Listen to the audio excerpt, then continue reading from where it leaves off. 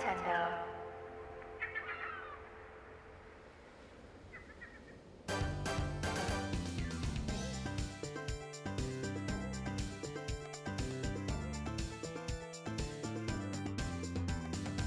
Welcome back to another episode of IO Nintendo, a podcast dedicated to everything Nintendo, at least the fun stuff anyways. It's been a long time since we made an episode. We're both busy with life, got a lot of things going on, but there is a lot that we missed within the past month and a half to cover, so I hope you all stick around to hear what we got to say about these latest releases of games for Nintendo Switch. Zach, it's been a while. How have you been? Doing all right. Like you said, just staying on the grind, keeping busy, but fitting in gaming as much as possible. But I got to be honest, I'm kind of overwhelmed with all of these releases. It's a lot to take in, and Nintendo is the gift that keeps on giving. I don't see a gaming drought. I see that on Twitter, but I don't see a gaming drought. Yeah, no, I know what you mean. Like, I just, like, even with just, like, the backlog of things that came out during this holiday season, I'm finally starting to dibble and dabble into those and knock a couple of those out the way, so been having a lot of fun these past couple months. Yeah, absolutely. Yeah, I mean, everything's been high quality. I really don't have like a single complaint about most of the release schedules and the releases. It's just too much. And like you said, getting caught up on everything. I still have games that I started from December and January that I hope to get back to, but I think next month is going to be pretty hard to do that and fit that in with Tears of the Kingdom coming out. But I'm jumping ahead a bit, so because we got a lot to talk about and a lot of cool games to discuss. Yeah, so what exactly have you been playing since we last spoke?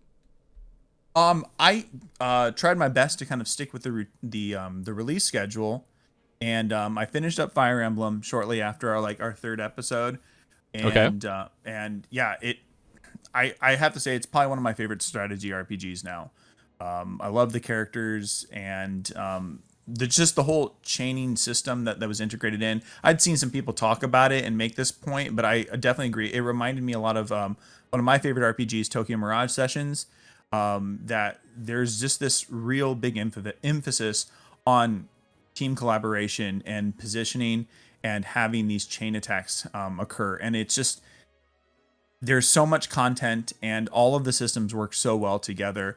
I guess my only sort of slight criticism of the game is I think a lot of the later stages get pretty difficult with the gimmicks, and so you have to kind of, it may overstay its welcome to some people, especially like the final boss took me about 3 times to get through, but I think a new game plus would have helped the game, but I can probably see where with all this DLC and additional characters that might have conflicted a bit with the configuration. I can't say that for certain, but if you are at all interested about this game, I definitely go back to our episode with OJ Player Essence and listen to our kind of initial thoughts. But if you've still been hesitant about jumping in, I 100% recommend it. It really kind of soured a bit of RPGs for me a little bit after trying to after finishing it, because it felt so concise in what its systems were that I started to kind of realize like what kind of RPG player I am, especially when I compare it to something like Octopath Traveler 2 that we can touch on a little bit too. But did you get a little bit further in Fire Emblem, or you stay around the same part as the last time that we spoke? I kind of stayed around the last part from the last time we spoke. It's not that even it's a bad game or anything. Like I loved like every second that I was playing that game. But like you said, I was trying to keep up with the release of games that were coming out like before so that we could cover them for the podcast. So Bayonetta, Kirby, I missed Octopath, did a little bit of Theatrhthm, but I did go back to my backlog because like I was saying, I was trying to clear out a lot of the games that passed me while I was working overtime this holiday season at the job. So I finally beat Mario Rabbids 2: The Sparks of Hope. It was it's an okay game. I don't know if it's the novelty of Mario Rabbids just wore off or something compared to the original release back in 2017, but I thought it was just it's just an okay game. I don't know. I feel like there was probably a lot more they could have done with Mario Rabbids too. Like I think this would be a good series to experiment with outside of the the tactical XCOM type of gameplay. I think if they did like a traditional turn-based game with one of their games where they had different costumes, maybe they did something more, more of an action game than a strategy game or something like that. I think that would be a really good series to just experiment with and see what works, just how many different things you could do with it.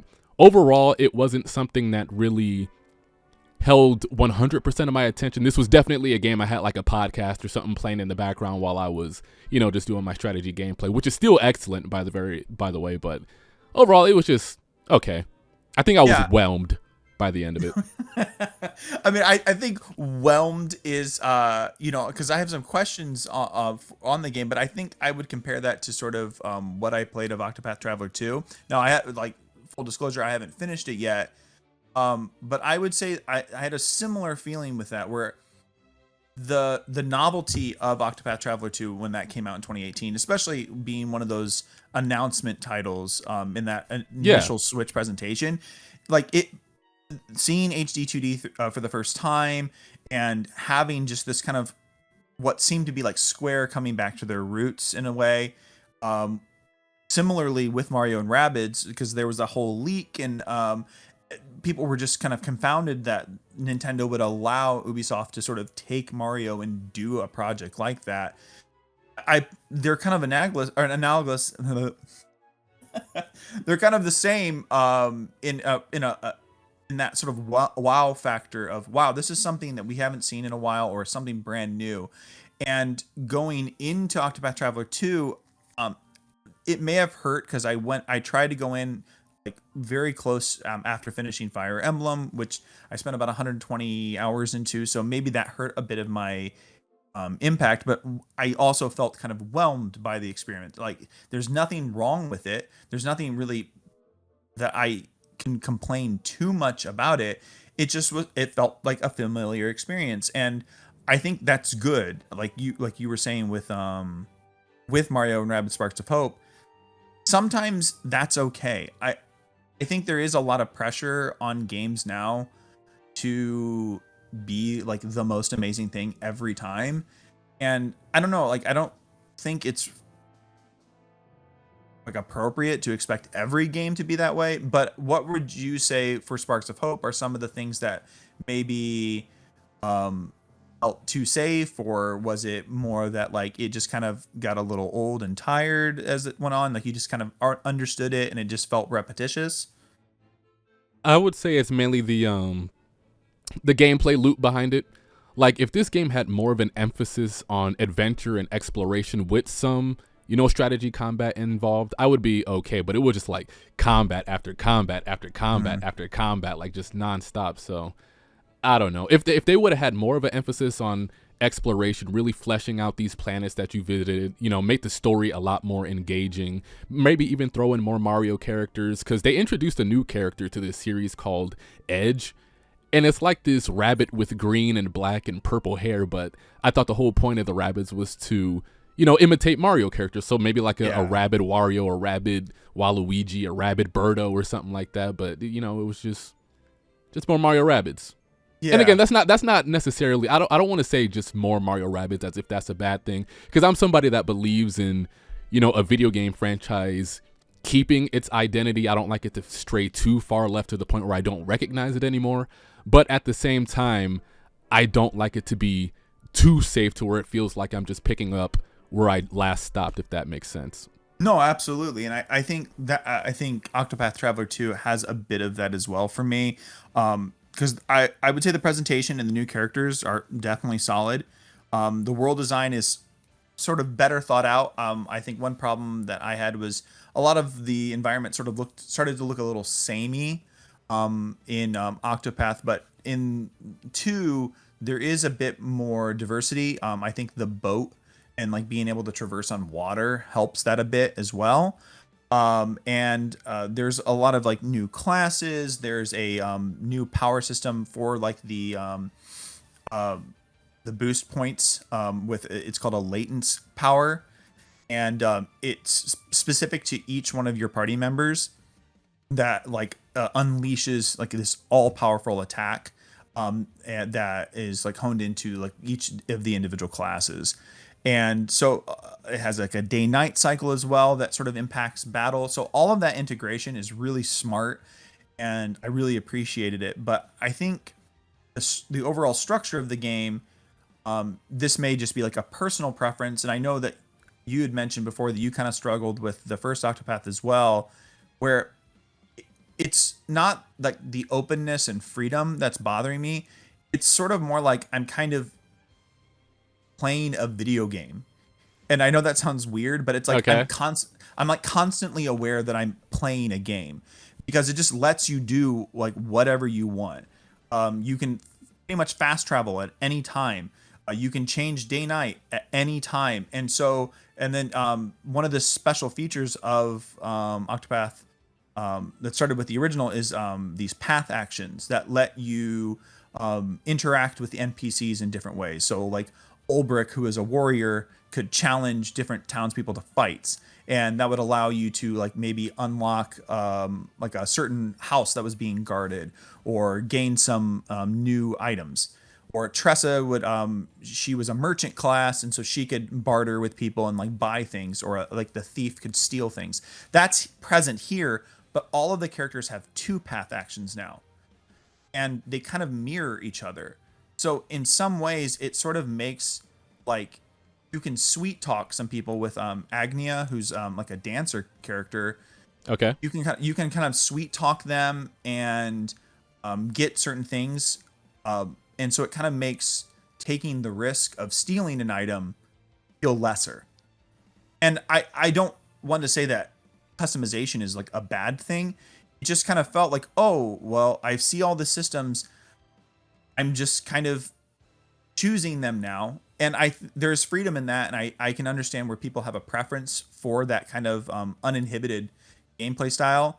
But I kind of noticed when I'm comparing it in my head to Fire Emblem, there was kind of more of like a purposefulness in Fire Emblem Engage to like make you interact with the systems through some limitations, and you had to kind of like rely on like, okay, do I want who do I want to pair up in battle so that they can get sort of an affinity with each other, so then I can get a bond, increase the bond with them when we go back to like the hub world. And in Octopath 2, it's just kind of like you just kind of choose whatever you want to do. And I think there's a lot of RPG fans that have been like really wanting a game like that. But I just started to notice that I wasn't as invested as I was hoping to be. Like, how did you feel about like Octopath 1? Octopath 1, like you said, like that was the game that really, I think that was the first game Square Enix showed for the Nintendo Switch. It was just like an exciting time, you know, the HD 2D being brand new. I think they finally more or less started officially supporting Nintendo consoles ever since like the Super Nintendo, basically. So it was just nice to see that finally starting to come through. Nintendo, Square Enix are starting to, you know, build their relationship back together. But as for the game, I thought the game was okay. There was definitely a lot of room for building. My main gripe with the game was the how the stories didn't really connect too much. Like I thought the character individual stories were really good. Like the Primrose story will forever stay with me because that was just very well written, and you didn't really see a lot of mature stories told like that in a lot of RPGs at the time. So Correct. But I thought the overall visuals of the game, the story, the combat, it was all really cool. But surprisingly, like when it got to like exploring and the towns and all that, I wasn't really a big fan of all that either. Yeah, and I would say like there's a bit of that in 2 as well. They do a better job of making this sort of party have interaction with one another, but it still does have a bit of that disconnected feeling. But I do appreciate, and they did try, like there are joint quests now, which is pretty cool, where like once 2 characters do join your party, you will unlock it, and then you can go to that town, and there's a tavern in each town that allows you to just choose whatever quest you want at any time. And that sort of freedom is really appreciated. But when I'm like looking at the map and it's like, okay, you have to be level 16 to do this, it doesn't feel like cohesive. It just feels like, okay, I've got to wait till I'm level 32 to then do that next chapter, so I'll do these other ones. And so I was trying to think of like, if there is a third game, what might remedy this problem. It's not even a problem. It's just a preference. I think similarly, like what you were talking about with Mario and Rabbids, of maybe trying a different focus. I think if in Octopath 3, they would separate the two groups of foreign, like more strikingly, I think that would solve the problem. Where you can pick two lead characters instead of one, and then that way you're not like shifting characters so much. Where like I have to go back and I have to go to the tavern, and then like, okay, I want to level up this character, and then I got to go do this, so I got to switch this character out. It got a little monotonous. So I think if you have like two parties of four, and then you can still have that same sort of freedom, at some point, maybe they're competing with each other, maybe they're like two warring countries or something, and then they come together in some point. And yeah, we've kind of seen that before, but I think that would allow for some interesting experimentation. You could still flip around, but it would allow for a bit more cohesive stories between the two, like the two groupings of four, if that sort of makes sense. But again, I heard that they've shipped 2-3 million copies of the game. They didn't speak on sales. I'm hoping it does well. I think it's deserving of doing well. But I do think similarly with the sort of lackluster reception of Sparks of Hope, I think there's just too much out right now, and it's hard for something that, you know, maybe was lightning in a bottle to begin with to like reignite that. But they're all it just feels weird to complain about something that's like objectively high quality. It just wasn't really like jiving with me, if that makes sense. Okay. Yeah, that's probably, actually I don't know if it's next up on my list, because I like you said on Twitter, I've been eyeballing Shin Megami Tensei 5 for the longest time, so Yeah. I really want to get back to that game. But Octopath Traveler 2 is another game that I kind of want to finally start playing, so I'll be sure to pick that up.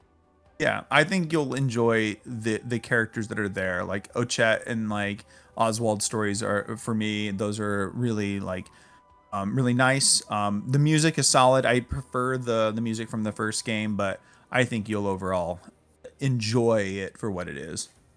Okay, cool. That's Octopath Traveler 2. Now, I really want to hear your thoughts on this. Kirby's Return to Dreamland. This game came out the same day as Octopath Traveler 2, February 24th. I beat it. You beat it. I am happy that I did get a chance to replay this game. I haven't played it since 2011. I remember when I first picked this game up, it was there was a Skyrim midnight launch at my local Best Buy, and I was the only person in line there for like the new Kirby game. But I went there, picked up Kirby's Return to Dreamland, played it for like the whole night, and just had a blast with it. But this game is really good here. First of all, it has the huge bonus of not having to use the Wiimote sideways. I'm not a fan of using that for platforming, but everything's here. The controls feel nice. The graphics are amazing.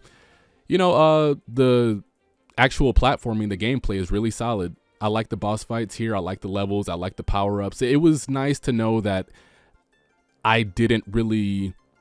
that 2D Kirby wasn't getting... What's the word I'm looking for? Like played out or monotonous or something at that point. Because when what's the game that just came out? Forgotten Land. Yeah. So when Forgotten Land came out, I kind of made a comment that, you know, it's nice that we finally get a 3D Kirby game, because for years and generations we've just been stuck playing 2D Kirby games. And by the time Star Allies came out, I was just kind of kind of over 2D Kirby. But no, it was just a Star Ally situation. It's not an actual 2D Kirby situation. So I'm glad to know that 2D Kirby is still fantastic, and that I can just love and play these games to this day. Yeah, no, I'm 100% with you. I think still in my heart, Kirby's Adventure will always be like my favorite side-scrolling one, because I just grew up with it. Like that was the one I played as a kid. But just how tight and concise Return to Dreamland is, it shows, it demonstrates really well how good Nintendo is at making things that have the ability to just continue and last. Like, think of it, 2011, like you said, how many of those games that were for other consoles or maybe third-party games would you want to play now with minimal improvements, like out just simply visual improvements. There's not going to be a whole No, lot. not many. No, people are going to want like them to be completely overhauled and whatever. And rightly or wrongly, that's going to be the case. But with Kirby, they made the incredibly smart decision of, instead of changing the formula up, they just added a bunch of content. And so they added in the Merry Magoland, which sort of existed in the base game as like you had all these little mini games that you would unlock based off. But here you could have like a separate hub that you would get like these masks that you could wear. You could do multiplayer with all of those different mini games. There were challenges for them. So now, like if you would do certain things on the different difficulties, that would allow you to unlock different items for in-game, like such as like more like health items or different treasure chests for more masks. So a lot of that is just like really smart and really well integrated. And then the thing that impressed me the most was the Magolor epilogue. Did you get a chance to check it out at all, or no, I didn't check it out at all. Yeah, I there's a lot left to come out, but I do think that will probably be in my top 10 of the year. It's long enough to be its own like standalone game.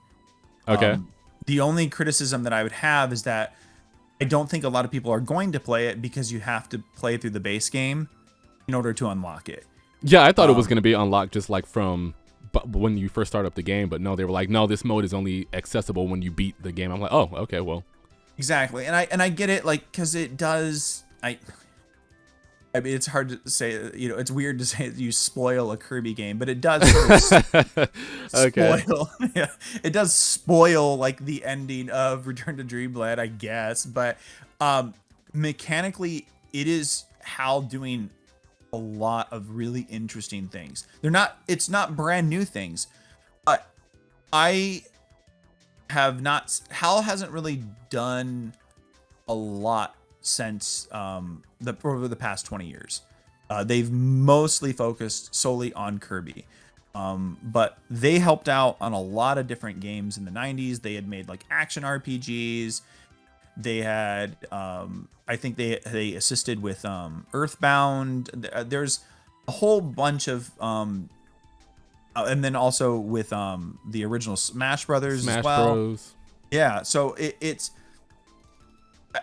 Kirby's one of my favorite series. I know it's yours, so I don't mind that they focus mostly on Kirby. But when I was playing Magolor's epilogue, it demonstrated to me that this company has a lot more to offer, and can do new and interesting side-scrolling platformers that I would love to see other characters either in the Kirby universe get their own games, or that they would do a new IP.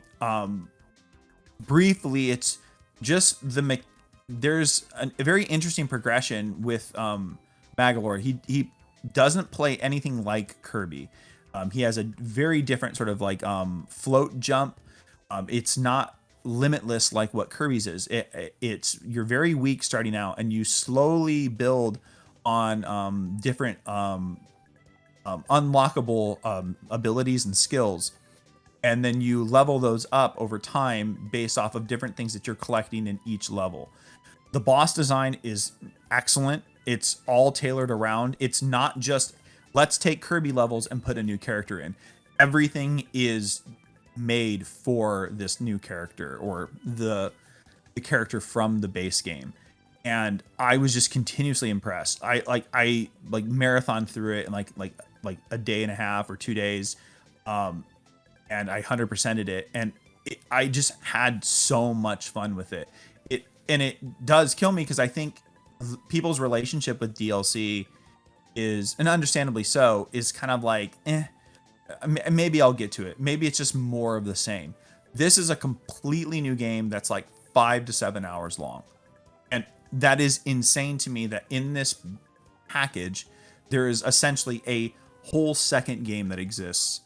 And I really urge anybody who has it or was kind of hesitant on picking up, if you like Kirby at all and you want to see Hal doing something unique and new, I strongly recommend playing this game. You may not be as sort of impressed as I was, but it is so well made, and all of the bosses, while somewhat from the base game, are sort of configured in a way that makes them tougher and more challenging, and you have so many different skills to like play with that it really changes the way that you think of Kirby level design. And so I'll just leave it at that.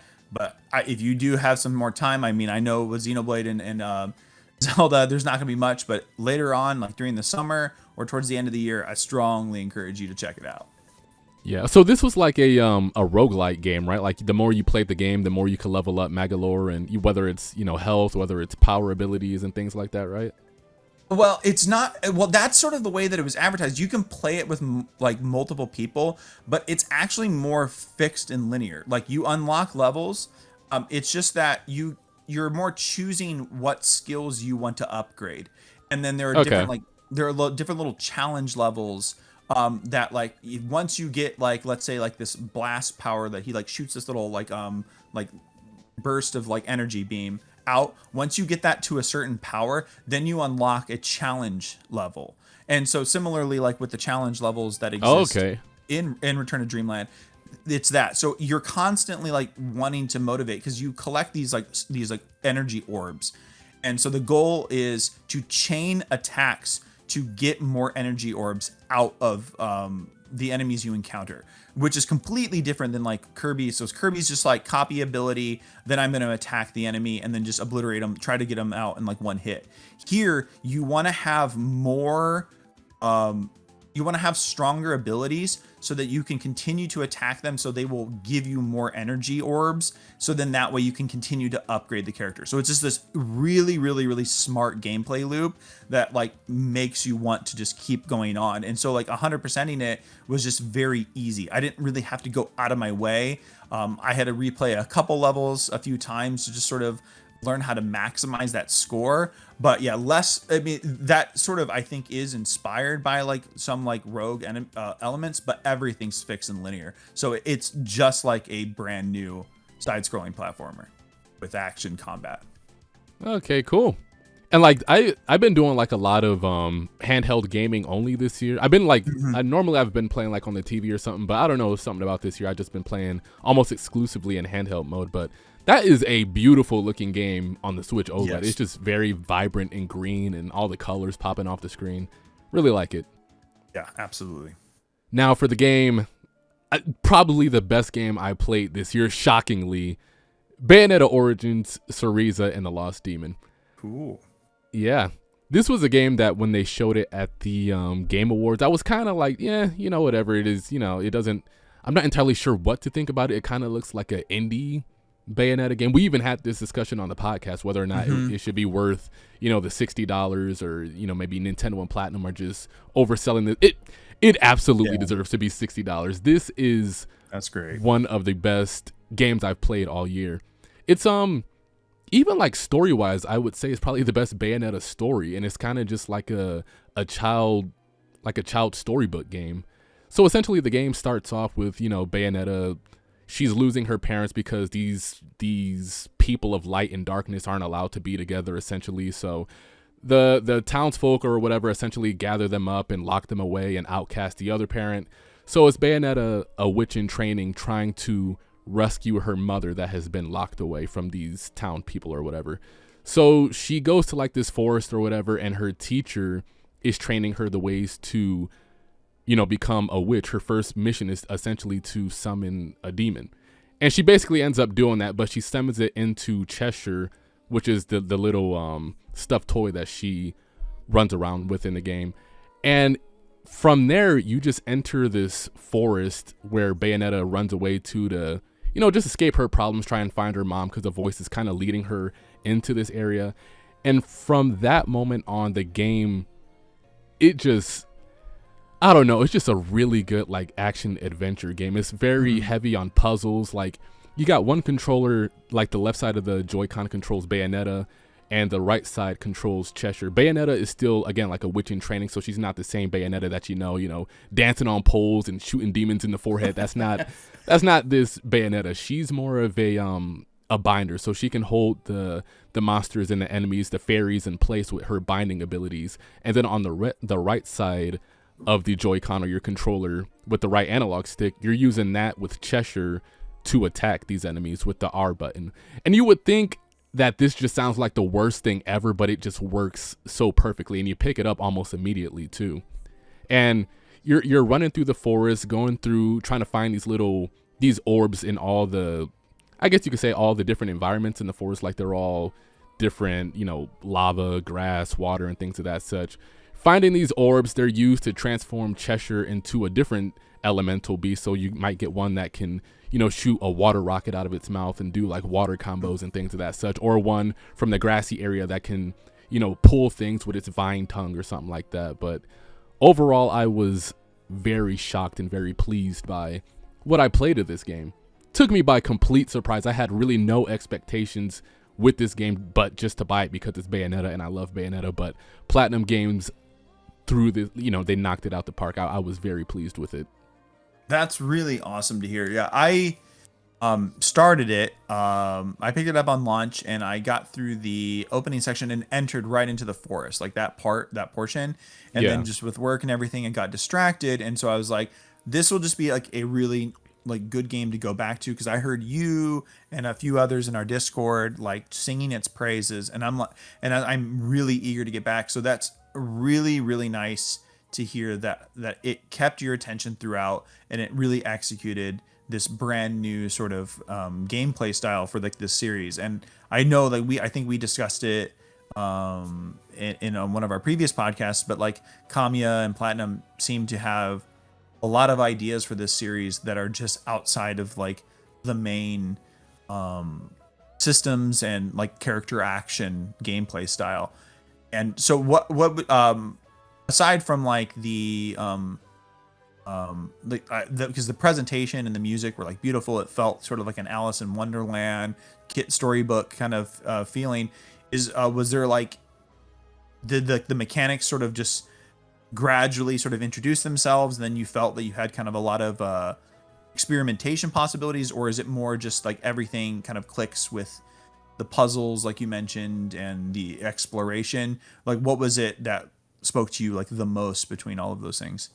I would say it was the exploration and the puzzles, because like there's even this there's this area in the game that you can constantly go to in all the areas that it's like this little dimension rift in the world or something that you can access, and then it'll take you to this whole basically trial setting to where you're using Cheshire and Bayonetta to try and clear this massive puzzle. And I thought that was the highlight of the series, of the game, because the more and more you play the game, the further and further you get into it, the more and more the puzzles just become more grand and more challenging. That was a very good aspect of this game.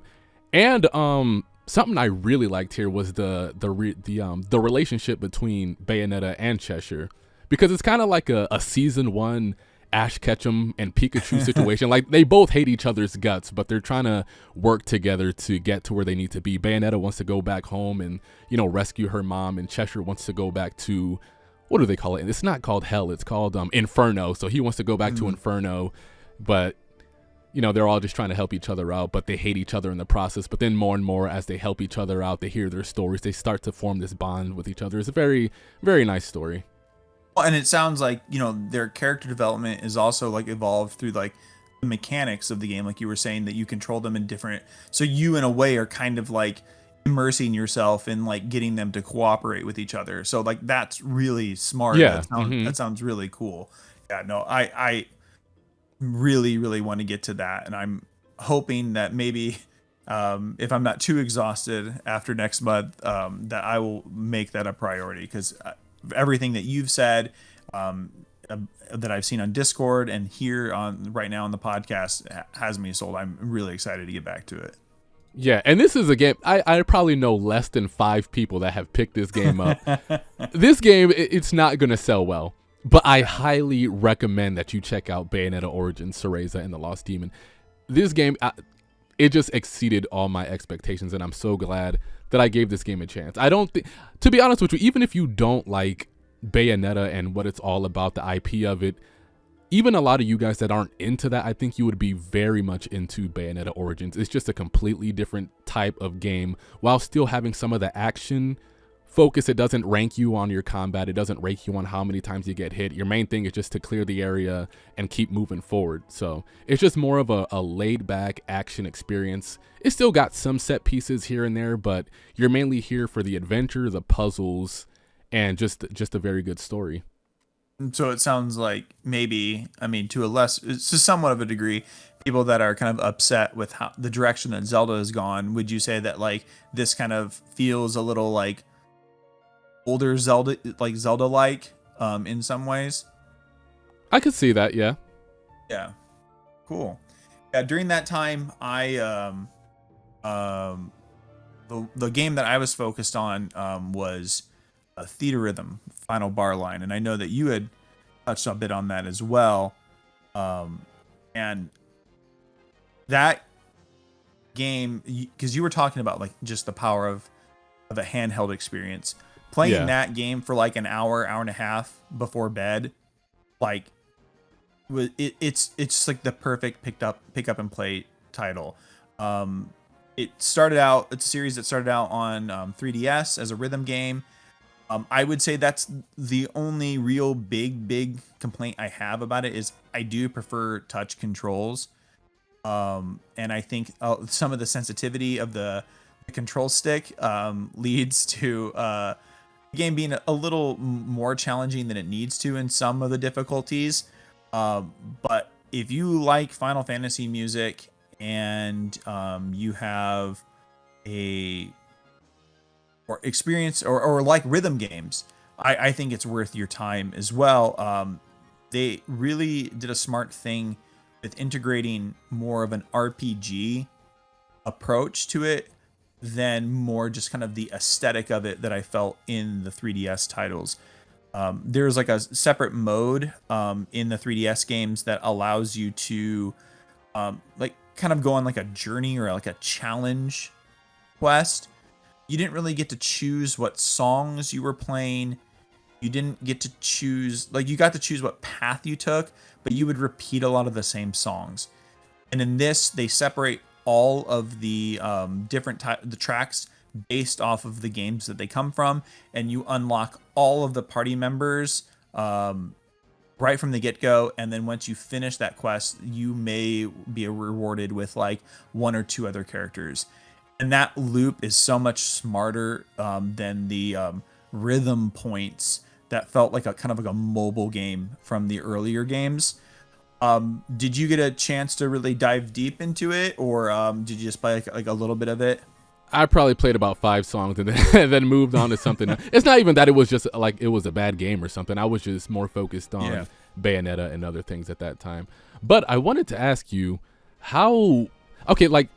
honestly, how much does the RPG aspects of this game matter? Because I know you have like the healer class, your fighting class, your defensive class, but when you're going to make your team to go out into the field to play these songs and fight these enemies, but does it really matter all that much in the grand scheme of things? So, not in like a conventional sense. Like if you're thinking of it like, oh, if I'm doing like I'm in complete control of all of like the different parameters I've set for the characters, no.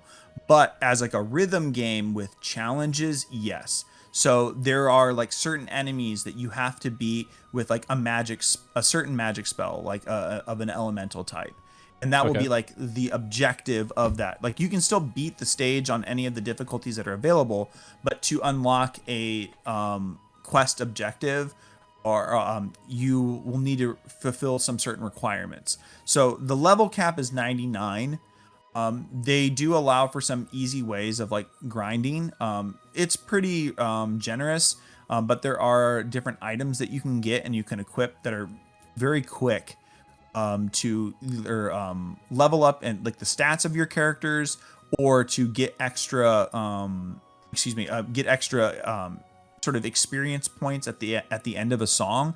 And so that makes like like not only are you going for like trying to get like a perfect chain and like hit all of the notes throughout the song, but you're also trying to sort of strategize a bit on like, okay, how many, if I have these characters in my party and they're my strongest ones, I'll be able to defeat 12 enemies, which will allow me to get the additional reward at the end of the song. So like that could be like a collector card, or it can be a lot of or it can be extra I'm trying to think of, is it Rhythmia, that allows me to get to like the next like overall level for the game.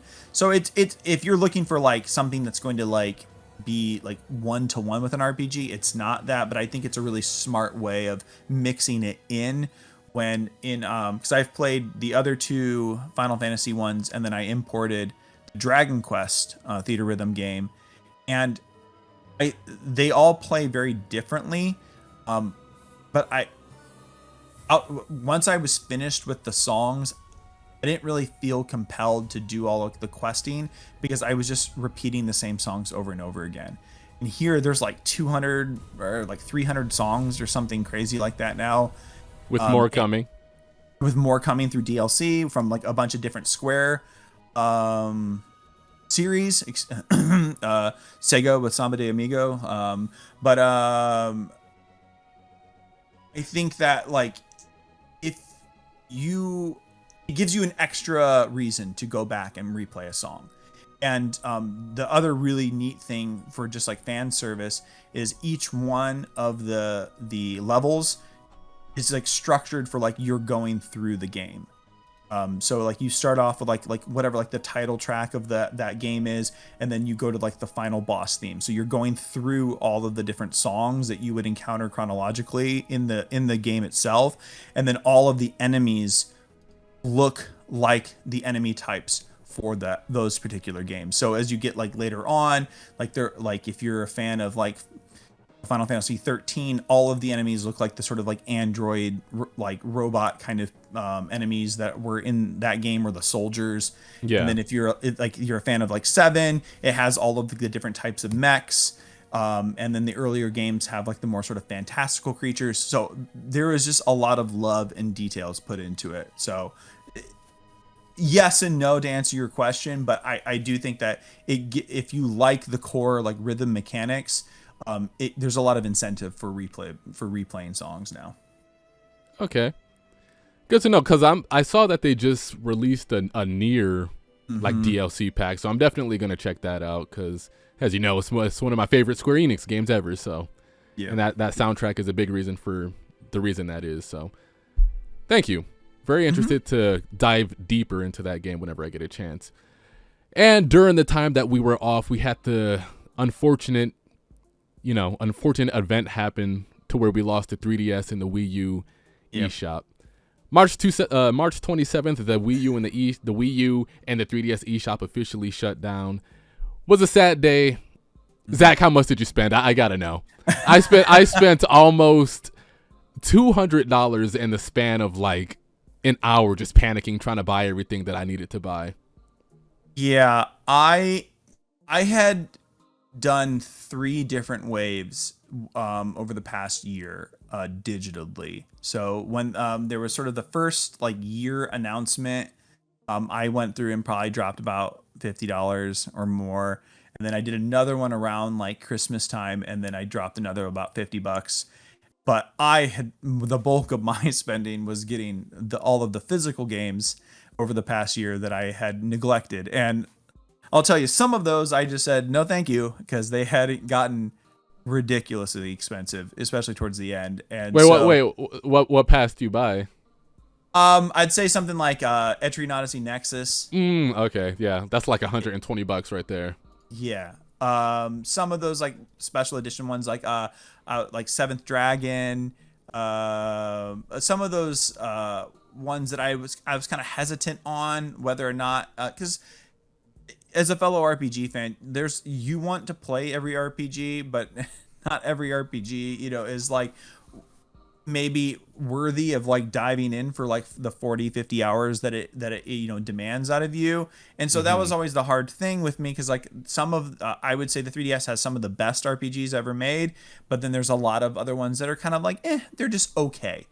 And so I was sort of hesitant early on, but I made sure to hop on. I did get Etrian Odyssey 4 and 5.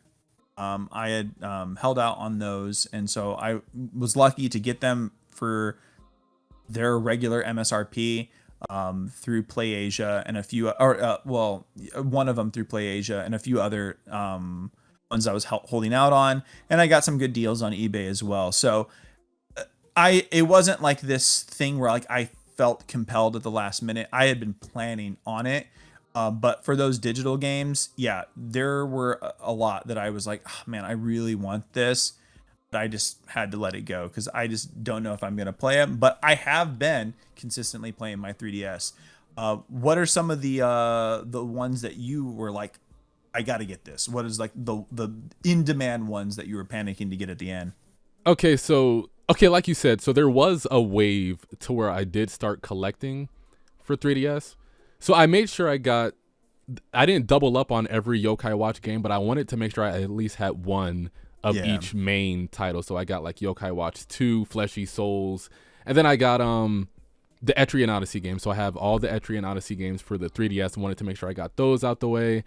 I got Professor Layton, both of the 3DS Professor Layton games, the Azure Legacy and the Professor Layton Cross Phoenix Wright game. Yeah. And then on the digital side of things, I got, what did I get? I know I have a list here somewhere.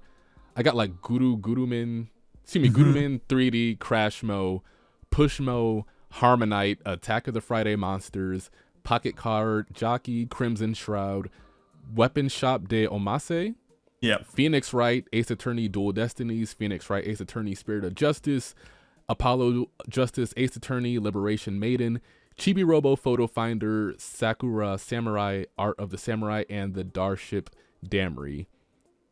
Most of them are like level 5 games, but I didn't even know they had that many games on the 3DS, but I took the plunge there and just wanted to make sure I got all those games. And then for the Wii U, I got Dr. Luigi and Pushmo World. Yeah, no, you made really like wise decisions there. I've played like at least probably about 10 of those, and they're all like really stellar games that you're not going to regret picking up.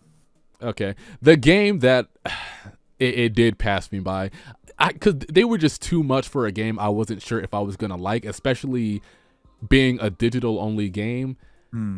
What's the name of that? Dylan's Rollin' Western. Yeah. That's just going to be something I forever think on, like, man, maybe I should have pulled the trigger on it, but I don't know. I think since you have a region free, I had mentioned the third game, which I hear is probably the best. You can get a European copy of that for very cheap. So there is a chance for you to try out that series. It's physical? Yes, it's physical. Oh, interesting. So they really, because the series was big in Europe and Japan. So we never got any physical copies of it. But they did for Dead Heat Breakers. I believe that's the subtitle for it. They released a physical for Europe and for Japan. So yeah, you're good. It will be in English, and you can play that. And I hear it's just like a good culmination of it. It's a cool. I played. I put probably about like 4 or 5 hours into the first game. It's a neat tower defense game, and it has that Nintendo charm of like having like all these sort of anthropomorphic animals, and it really feels like a realized Western world, and there's a good charm to it.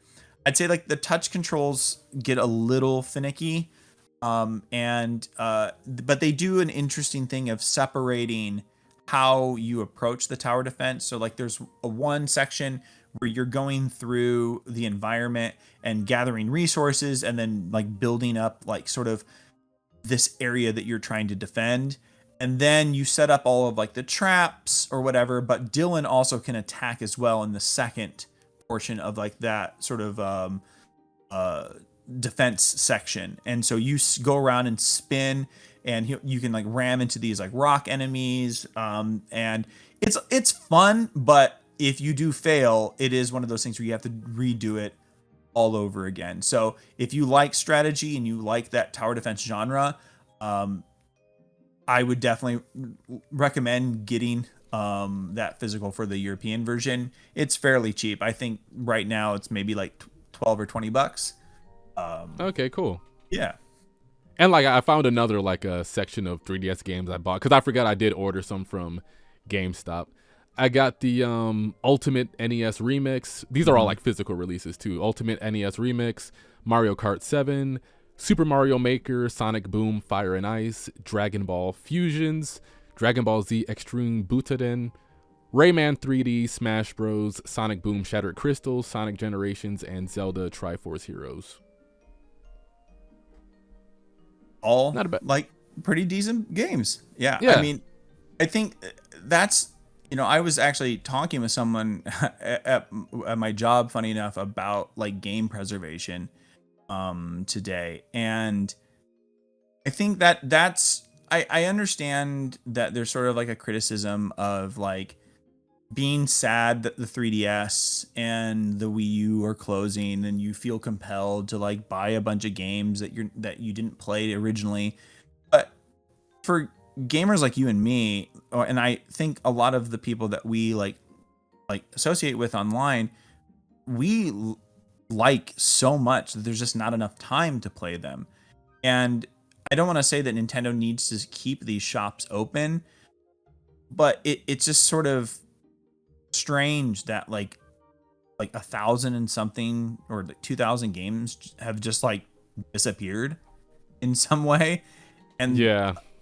and like unless you like are downloading illegally, which again I don't particularly like recommend. I think it's okay for, in a sense, of like old consoles from like that are no longer in production. But the 3DS, it's this first time really that like in that wave where digital games were truly digital only. And it's kind of unfortunate that these games in particular probably won't be remade because of the dual screen and the sort of touch mechanics. And like, how are you going to replicate in some of these games, like, for the DS and the 3DS, where you like blow into the console? How are you, like, are they going to put that into a future thing? I don't think so. They're just going to be lost to time. And there is something that is sort of strange about that everyone's just kind of like, well, deal with it. I mean, yeah, you have to. It's only 2,000 games. Shut up. Exactly. Like these were things that people like dedicated their lives to. And like, I don't want to say like the video games is art, like discussion or whatever, but they are like, there's like musicians, there's artists, there's writers, there's people that come together and create these things with the hope of like selling a product that is enjoyable to someone. And it doesn't mean that it's always going to work, but I think it's weird that we're okay in this industry with just being like, well, that's 5 years old now or 10 years old now. I don't need to worry about it anymore. And that's one of the biggest things I'm so thankful about when it pertains to the Nintendo Switch, because this is like the first console where indies of all shapes and sizes are just like able to put out a physical release, and you have the opportunity to own that game even if there is no more virtual storefront for purchase with these games. There's games that probably shouldn't even have a physical release, like R-Type. Why are you making a physical release for a 2D shoot 'em up game that came out in like the 90s or something, but it's still there, you can buy it, no problem. Yep. So I'm really happy things like that exist for us now compared to back then, because on the 3DS, honestly, there was not a lot of games digitally that I was even looking at. I very rarely ever visited the eShop anyways. Like the only time I ever really visited the eShop was for like legacy Nintendo games, for like Nintendo 64, NES, Super Nintendo, and things of that such. But as far as original titles, it was always hard for me to pull the trigger outside of like Shantae and the Pirate's Curse and Mighty Switch Force. But yeah, no, but it's hard to know, because unlike in the past where you could rent a game or maybe you could play a trial of it at like, a Target or like a toy store back in the day. Now with digital games, especially as they're getting more expensive, it's hard to kind of like bite the bullet on like a $25, $15 to $25 digital only game. And like, I'm willing to do it, but I have a huge collection of physical games that I prioritize. Like when I see the game there, I'm like, okay, that kind of motivates me more to play it. When I put it into like a folder in my 3DS, I'm going to forget about it sometimes because I'm not always seeing it. I'm not, and that just may be like a personal thing for me that I struggle with. But I bought a lot of digital games throughout the life of the 3DS. I think my number one are my two top played games were the Nintendo Badge Arcade and Pokemon Shuffle. Like, cause like there were periods of time like where I just like didn't have money for like a new release, and so then I would just play those games because they were free. And Yeah. and That was me with Face Raiders. I was like, all right, let me do something. I have this 3DS. Let me just shoot a face with some tennis balls or something. exactly. And but I think with the whole Street Pass functionality, and like with Nintendo Badge Arcade and all of these other things, there was still this sort of interesting angle that Nintendo was taking with like getting you to engage with their sort of digital only content. And there are a lot of like indies and like or like second party kind of developers that were releasing really quality stuff. Like you said, like Harmonite, like that's an excellent game by Game Freak. But like most people wouldn't know that's like the same company that makes Pokemon or helps with Pokemon. And it's this awesome rhythm platforming game. But it's hard to kind of communicate that to people. And then you like Pocket Card Jockey is another excellent, like really interesting game with like it's solitaire, but you're doing like jockey racing. It's a really cool, neat idea that you don't have to put a ton of development resources into, and you can just release it digitally. But then it gets lost, especially in those storefronts where it's hard to find things. There wasn't always like a trailer. There wasn't always a demo.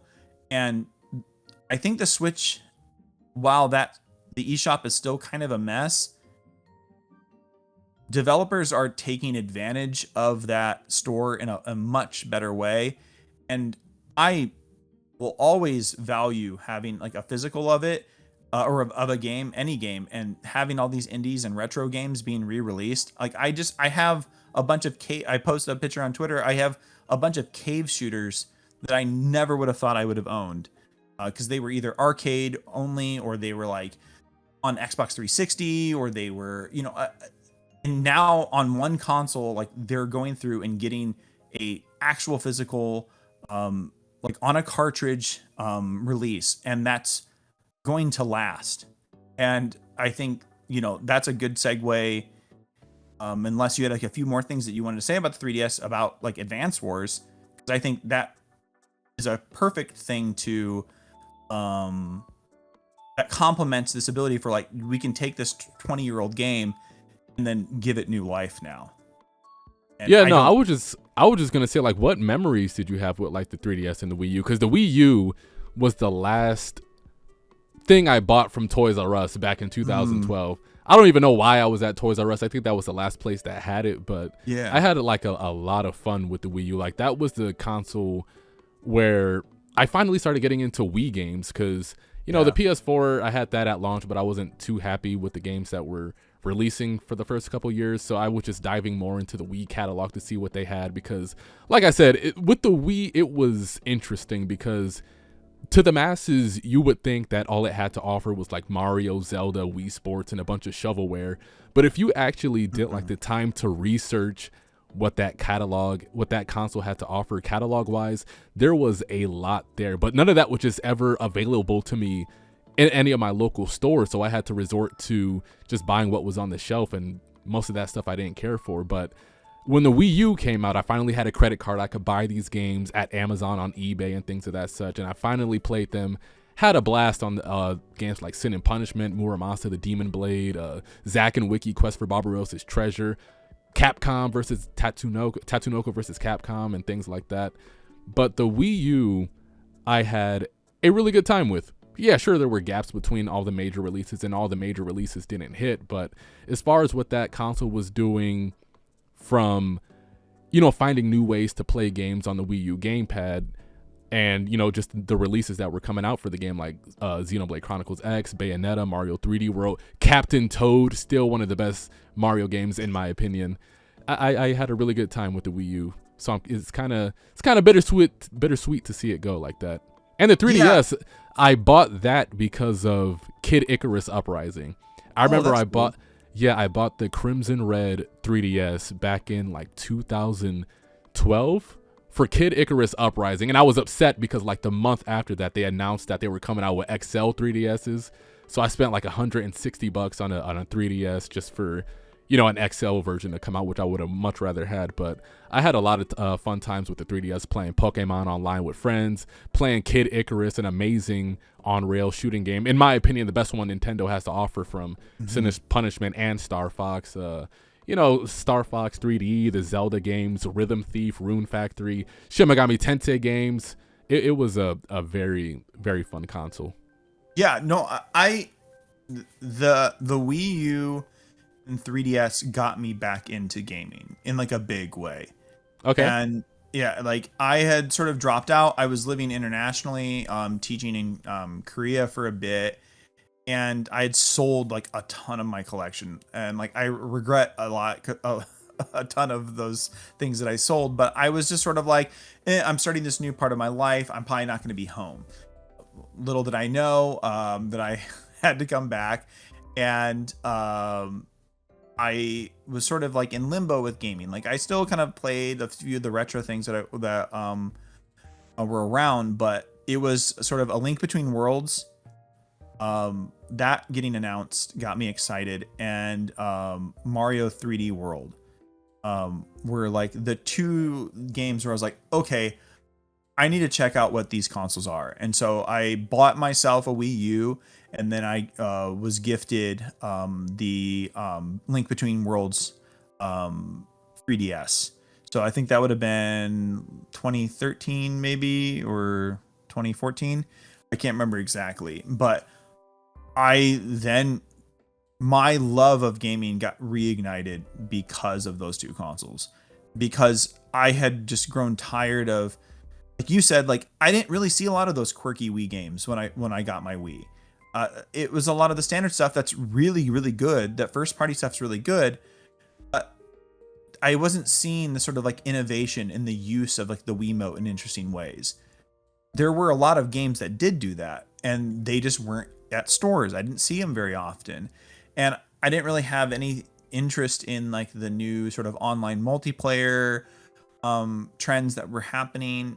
But when you had mentioned you went in and got Kirby on that night of Skyrim, my one was Captain Toad Treasure Tracker. Like everybody assumed, like everybody assumed I can't even remember what the other game was that I showed up to get, and I'm like, oh no, Captain Toad Treasure Tracker. And like, this woman was waiting with me, and she's like, oh, are you getting that for your kid? And I was like, no, it's for me. And then she got all quiet.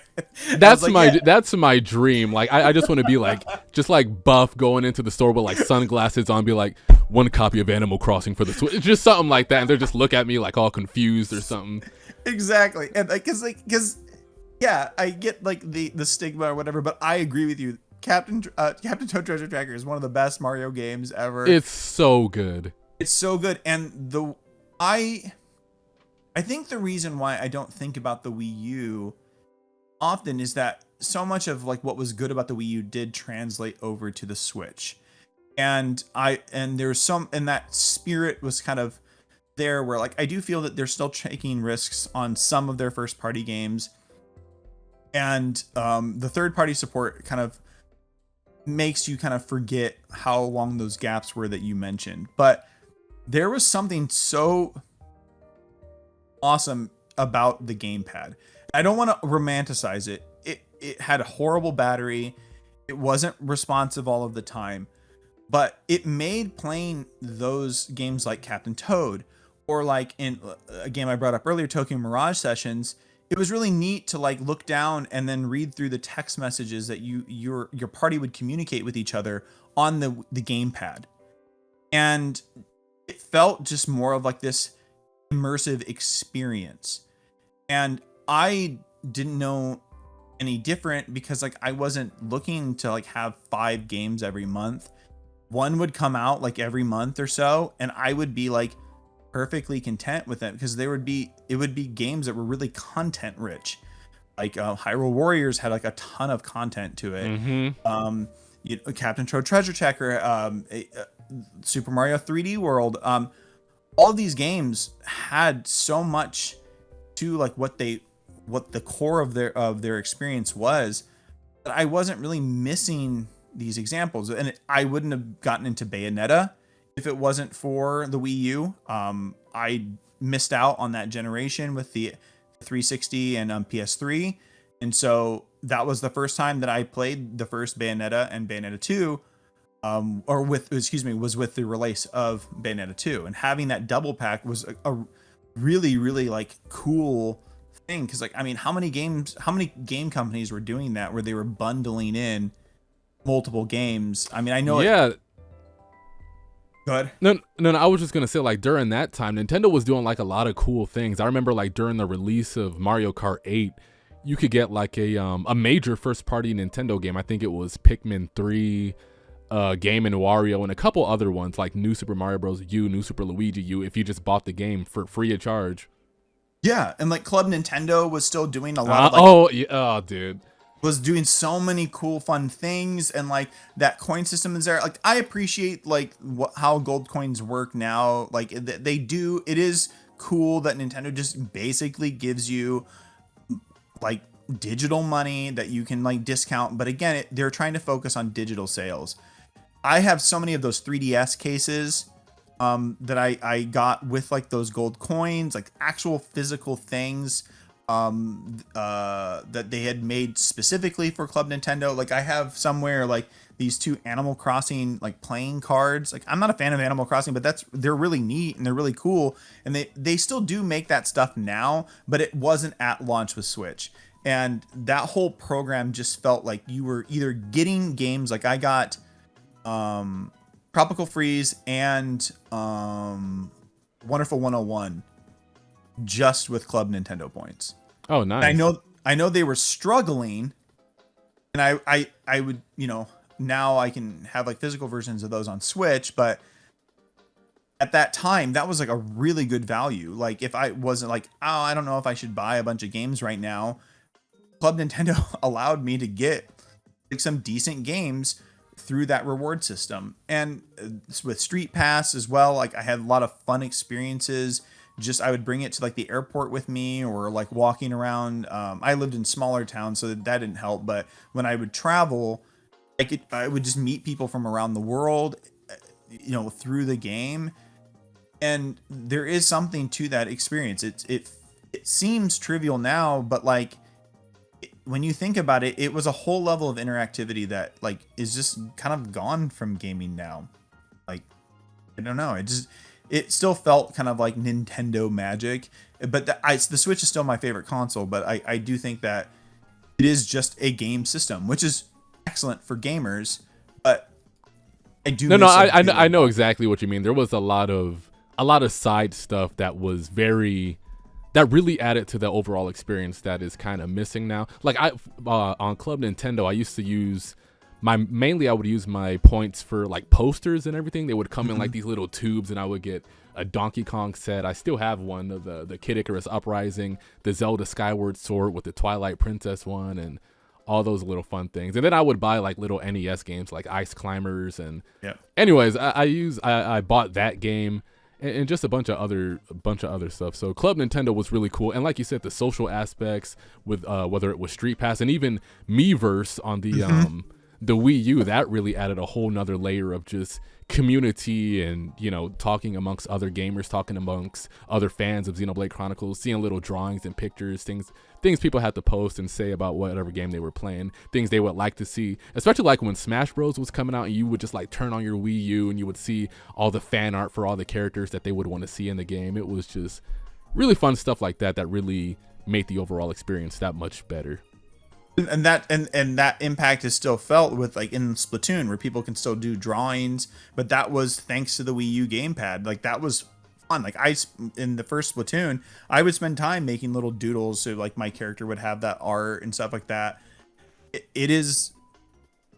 it made it for like a lot of fun, unique memories. Like what is it? The person who asked the question in Miiverse, like how does Metroid crawl or something like Yeah, that? yeah. I mean, that's you're not gonna get that stuff now anymore.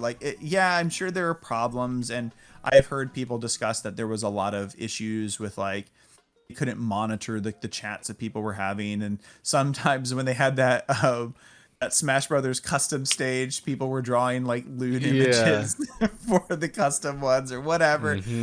That's part of that sort of like experience where you actually have like content curation. Like again, I mean, I know it's part of Switch, the Switch legacy, but Mario Maker was arguably more popular on the Wii U. It for sure was. Yeah, than it is now. So I know that people either want to sort of like look with like rose tinted glasses and like over like nostalgize that period of time. It was rough. The games weren't, for the most part. The first party games that were being put out for both consoles and like all those third party games that you mentioned, especially if you're an RPG fan, are just so good. And I look at that time very favorably content wise. Yeah. Business practices aside, content wise, it still was just fantastic. Remember $39.99 for Nintendo games? Good times. Well, I'm hoping for those. I'm hoping this is the first time for any console, because I know you and I feel very similar about greatest hits or selects. Okay, like yeah. Boxing. I think the Switch is the first time that if they do it, I'm excited for it because all of the content updates are going to be on these new ones. And if they do $20 for them, I will double dip on some of them. Because like you had mentioned, like Kirby Star Allies, I have a copy of Star Allies that has 2 content updates on the cart. But if you bought it at launch, it doesn't have any of those. You have to download them as DLC, as an update. Interesting. So I'm hoping, so you can see like when you look at the back of a Switch case when you're buying it, there are like different, like sometimes it's lettering, sometimes it's a number, but like it could be like a 0 and then turn into like a 1. There are like different versions of like Breath of the Wild that have the initial patches on it, or Kirby Star Allies, like I mentioned, where it had like 3 or 4 waves of content updates, and mine has like it's like version C. So that's something if you are Switch collecting to just kind of keep an eye out for. But if they do a selects version or whatever that program would be for Switch, it may be worth for collectors to to double dip, because it will be content complete with all of those updates on the cart. Yeah, I'm all for it. So, any last words about the 3DS and Wii U before we move on? Bon voyage. Thanks for the memories. Exactly. Good times. Zelda, Tears of the Kingdom. We finally got the last direct for it. It was about like 4 minutes long. They wanted to showcase, just saying, hey, the game's finally gone gold. We're done. Here's the last trailer for the game. They did it. I didn't think they were going to be able to, exceed the January 2017 Nintendo Switch presentation trailer, but this game, they really did it. They went above and beyond with this game. I cannot wait for this game. I like the new mechanics that they've showcased as far as, fusing, the fuse abilities where you're able to fuse other objects in the world with each other to make something even better. It really lets your creativity flow in a game like this, and I'm all about games like that. That's why I love stuff like Dragon Quest Builders, to where it just lets me do what I want to do with very little, what can I say? Like hand holding, very little hand holding, very few, just getting in the way of the whole creative process. Looks very good, and I'm so glad weapon breaking is still a thing in this game, because they could have easily just done the safe thing and been like, all right, here's weapon breaking. It's still going to be in the game, but like a lot of you guys were saying, here we made a way to, just have a little a work craft or something to where you could just fix the weapon and get back to what you were doing. But like, no, they were like, no, we're still going to have weapon breaking, but the way we're going to go about moving past that is we're going to add this fusing ability to like, all right, your stick's broken. Now combine it with a rock and get back to work. That is such a brave move that just seems to work so perfectly here. And I like what I'm seeing here. The story, it looks to be a lot more cinematic compared to the first game, which I still did appreciate and like that approach to story, to where you were this Link that suffered from amnesia, just trying to make sense of everything that happened in the past 100 years, trying to make sense of everything that was going on. So if you wanted to learn the story, you just had to play the game, but just find the spots that, resonated with Link to where he would remember little memories and things of that such, which I thought was a really interesting way of tackling, amnesia in the video game. But this one seems to be a lot more cinematic. I'm all about it. I'm doing my Zelda lore research right now to understand everything that's happening in this game. It seems to me that there's dungeons returning in this game. I was reading like a preview to where somebody was playing this game, and then they made it to a door, and Nintendo told them to stop. They're not allowed to go past that door. So I'm guessing dungeons are a thing here in this game, and they seem to be, because if you've noticed, like the bosses here, there was like a boss that was rolling around like an armadillo. There was some type of frozen dragon coming out of the sky and things of that such. So it looks like bosses and dungeons are going to be a huge part of this game, which I'm so glad to see, because I like the shrines. I thought they would have been a nice companion for the dungeons, but I don't think they should have replaced the dungeons. So it looks like all of my complaints with Breath of the Wild, and I didn't have many, are being addressed here. So I'm really excited to see more of what this game has to offer. It's not that long. We got about 2 weeks left, and then I'm disappearing off the face of the earth for about a week and a half. Yeah, I'm right there. I'm right there with you. It's weird that it's going to be in 2 weeks. I mean, because you were there for like the delays of Breath of the Wild, and that was so much of it was hidden until that E3 where they did the full presentation. It was okay that it was being delayed because you just really didn't know what it was. And with the delays of Tears of the Kingdom, it's sort of this anticipation of like, oh, this is it going to be more of the same? Is it going to be something completely different? And I 100% agree with how you put that. It exceeded all of my expectations. I didn't think that I was going to get chills like I did in that Switch presentation trailer, but I did for that cinematic trailer. I mean, right off the bat, I mean, like, just that the way that they added like the Chinese traditional instruments to do like the main theme, and then like I saw you had mentioned too, like the saxophone sort of like midway through. Yeah. It's perfect. Like they showcased all of the things that were like being said, like, oh, this is going to be the same thing. Well, it's going to be so boring to go back to that same world. The whole world was empty, and I understand, like, again, if you can't self-motivate and you don't like this sort of like sandbox world, I get it, whatever. But I don't think that makes it a bad game. It just means that you're thinking of the game as something that it's not. You can be disappointed by that, but there's so much in this that addresses like those sort of like critiques, but not in a way of giving into those criticisms. So like exactly like what you said, like I'm incredibly glad that they did not get rid of weapon breaking, because weapon breaking is essential to that experience. Like if I just had the same thing over and over again, it would have made combat get boring. There wouldn't have been times where it's like, oh, I'm in like this last ditch effort. Oh, I'm just going to throw this like sword at an enemy, or I'm going to throw the boomerang and do something interesting with it. Like there was so much experimentation with Breath of the Wild. And then now here it's like, instead of getting rid of it or having some like crafting mechanic, which is in every game now, which would just mean nothing. Here, it's crafting, but it gives each one of these items a completely new life. Like my mouth was just like wide open, like when they did like the homing arrow with like the Keese eyes or whatever. Like, yeah, it's just an idea that makes sense, but like nobody thinks of games like that. Like when a developer's like when I should say with modern game design philosophy, it's just more about like having these checklist. Exactly, checklist, incremental like stat boosts. It just feels so like just like droll. Like I don't feel like I'm actually making progression with the character, and so even though there's all these systems that like are kind of tricking me, that I have like this skill tree that I'm like improving my character, but I don't actually really think that that's what's happening. It's just a way to engage with the game for a longer period of time. Here it's like, now I have an incentive to like use arrows in interesting ways.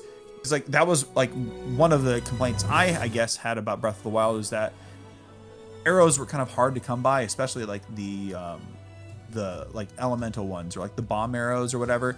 They cost a lot in shops, or you had to go run and collect them when like you went to enemy like territories. And that's cool. Like, I think that's an interesting way of like using that. But now like I don't have to worry about like the bomb arrows. Like, people were saying that they were constructing carts and then like putting bombs in that, because they brought back bomb flowers from like the older games.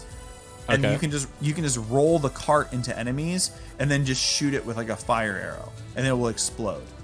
And so just that level of like, it completely like removes the need to like collect all of these things and like have you approach combat or like puzzle solving, environmental puzzle solving in really interesting and dynamic ways. And I'm so excited by both of the, like, everything that was shown in those two trailers.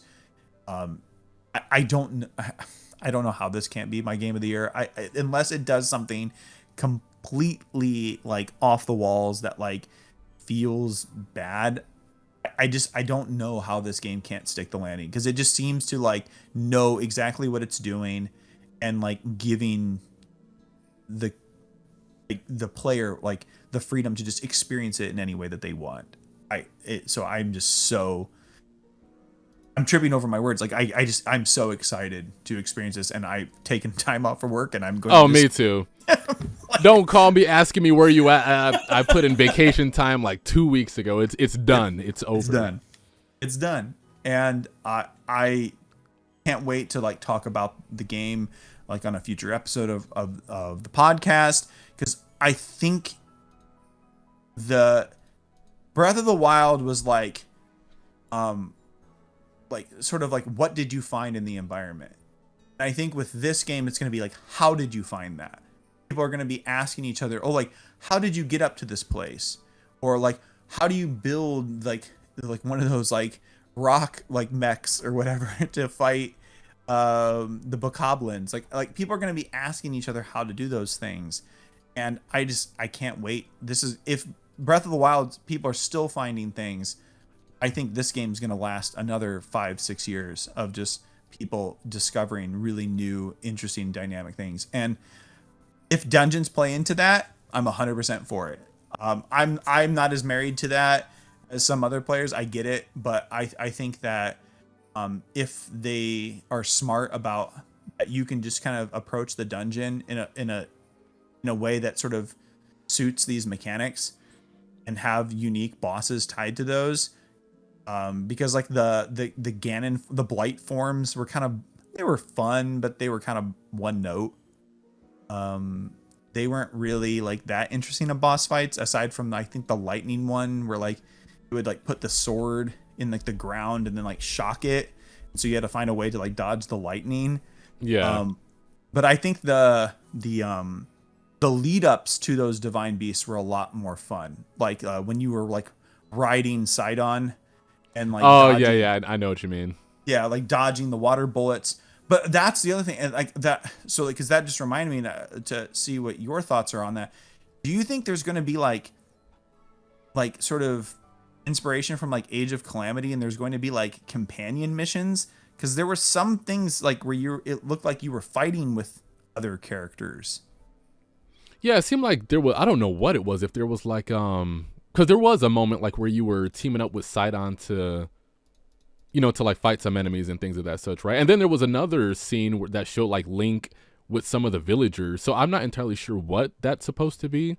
Maybe it's just something you can like call on Sidon to help, kill off some enemies or something. But I don't know. I hope there's some type of like town defense or something to stop it from, like maybe when the sun goes down or something, like there's just this wave of enemies trying to destroy the village, and you and the townsfolk can just like stop them or something. But that would be interesting.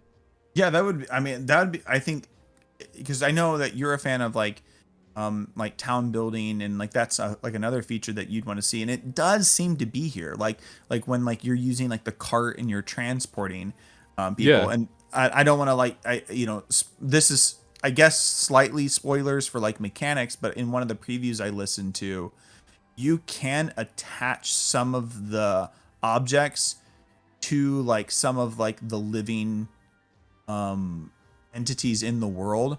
So like you can put like a rocket, I think, on like a Korok and like send it to a location. Really? And That's interesting. yeah, so so like they said like the Ultra Hand mechanic, it's only on inanimate objects, but like if like the if like a Korok's wearing like a backpack, that technically counts as like an inanimate object. So you can sort of manipulate some of the physics there. So I don't think it's necessarily, it might be intentional, but it's not like they prevented it. So that would be like another really interesting thing that's going to lead to a lot of like really funny videos if people are just attaching rockets to NPCs and then shooting them across the field and such. But yeah, no, I if that's part of the game, in addition to all of these other like really interesting traversal ways of traversal that they showed, this game's gonna be like an endless stream for like I put, how much time did you put into Breath of the Wild, if you remember? About 130. Yeah, I was probably about the same there, and so like I could easily see this being about the same, if not more, if it's as big as what people are saying. Yeah, and it's got like a month and a half to itself, more or less. I think like Pikmin comes out like 2 months after the fact or something. Yeah, because I don't, has there been a June game announced? Wait, Rain Code might come out. I'm not sure if that's June though. I do think it's June. Yeah, yeah, that's another one that I'm looking forward to, and I think that would be like, June 30th. Yeah, and that's perfect, because then that gives me a whole month to like really focus on Zelda, and then go into like what I think would be like a nice sort of palette cleanser of like having more of like a visual novel, like Professor Layton, detective style game would be like a perfect sort of segue out of like having this big action adventure open area game. But yeah, that's perfect. I think they timed that really well. But I mean, has Nintendo announced that they're doing anything around the old E3 season? I know they said they're going to be at Gamescom this year. Okay. I don't know if they ever go to Jeff Keighley's Summer Games Fest. I think that's more of a, I don't know, whatever it is. But I don't think they do that too much. But I know they just said this past week that they're going to be at Gamescom. And now Advance Wars. To be honest with you, I didn't get too much of a chance to play this game. It came out like 3 days before Xenoblade Future Redeemed, and at that point I was just like, all right, Xenoblade time. But you got a chance to play Advance Wars. I got a chance to play it for a little bit. What'd you think? I think it's in the trend of like excellent remakes, in the sense that it doesn't deviate too much, and it is paying homage to like the core of what the series is. And I do think that it's lost a bit of the charm from like the pixel art, which I think you would agree. Like there's a bit more of I appreciate that style a bit more, but I think the toy design is like smart, because it's gonna age pretty well. Similarly to like the Link's Awakening remake, that in 10 years time, similarly like what we are talking about with Kirby, I think it's going to look good in another 10 years. Mm-hmm. And so for like a 20-year-old game, I think it's giving it a new fresh life. If you like strategy games, especially like board game sort of war strategy games, I highly recommend picking it up. It's just the right amount of difficult. It can be challenging. Well, let me ask you, do you think that first match was difficult or no? You mean like right after the tutorial? Yes. So, yes, because it slightly differs from like the GBA version, that they've remixed portions of it, because that tutorial was actually different stages. So what they did is just condense it. And so you're actually starting out with a more difficult level than you did in the original. Okay. Because they kind of ease you into it a bit more, especially if you're playing on classic. I think in the casual mode, because I'm playing on classic, I think in casual you can take a turn back, similarly with like Fire Emblem. But yeah, no, it ramps up because it's cut out that or condensed, I should say is a better word. That's the initial tutorial. But yeah, there's one that I was stuck on at least for an hour and a half, a few stages later, because there's like a spawn point, and I just like didn't think to create more units. And so it just kept spawning and spawning. So basically I would destroy one, it would destroy another, and then I'd have to create one. But by the time it got over to the map, it would just keep spawning. And so I had to like just wait and wait and wait. And so it took me like 30 turns, and then I got like a D on a rank. But was this the guy with like the black hair that could like summon these green tanks or something? There was yes. Yes. That's exactly where I'm at right now too. I'm like, is this even good? Like, I might as well just start the whole match over at this point. Yeah. So yeah, because you have to position in just the way where like you're using like the rocket units, and so that way you can snipe them from both sides and then have like tanks go in. That was kind of the strategy that I figured out. But that's where I think it differs. If like you're more familiar with like strategy games being like Fire Emblem or I mean, like, I guess like Valkyria Chronicles, they're all sort of similar, but this is much more like the risk is all part of like the mechanic. Like you are expected to have your units die and not really protect them. It's about putting pressure on the enemy and then coming up with like a good way of navigating the map and the terrain. And so it's really smart, and it's really impressive that for a 20-year-old game, it still holds up this much. You know what? That's very interesting that you said that, because I don't know if it's because I just been playing Fire Emblem so long, but whenever I do use a unit, I kind of feel some type of way about it. Yeah. Like, man, maybe I'm just trash at this game. Like, no, your units are supposed to die. That's normal, but you know, they don't have this personal connection like the Fire Emblem cast do. Correct. And I think that's like an interesting way that strategy games have evolved, especially because they're both developed by intelligent systems that you want to invest in your characters in Fire Emblem. And here it's more about like these COs who are kind of behind the scenes that have these interesting sort of like, you know, powers that they can invigorate their soldiers. But the other really cool thing about Advanced Wars comparatively to most strategy games is that you have technically kind of three, but really two ways of winning. And you can either take over all of the territories of the enemy, or you can destroy all of their units. And there's risks to both, but you in theory could end a match much sooner if you go after the headquarters of the enemy that you're fighting. But it's very risky, and you have to kind of develop a strategy where you're distracting the enemy troops. The AI is pretty smart. Like it's not a dumb AI, and that leads to like a lot of, I think, an experience that's going to be different for a multitude of different players. And so, yeah, no, I that's how I felt too, because I was starting to play it like Fire Emblem, like where I'm going to keep these guys back a little bit. But you lose because then the enemy's going to take over like 3 or 4 different bases if you hang back too much. So, yeah, it's much more about losing your units to an unhealthy degree. Because there's not really any penalties to losing units, right? I mean, you get like a ranking at the end of the match, but it doesn't matter too much as long as you win. That's all they really care about here. So, yeah, I guess I got to get myself out of that mentality. Yeah, it's you accumulate as you have like the stages where you can create units. It's much more about like finding ways to like if one unit is like damaged, you can join a unit of the same type. So if you have like a plane that gets damaged by like an anti-air tank, if you have another plane that's nearby, you can combine them and keep them stronger, and then that way you can focus your resources that reset with each turn.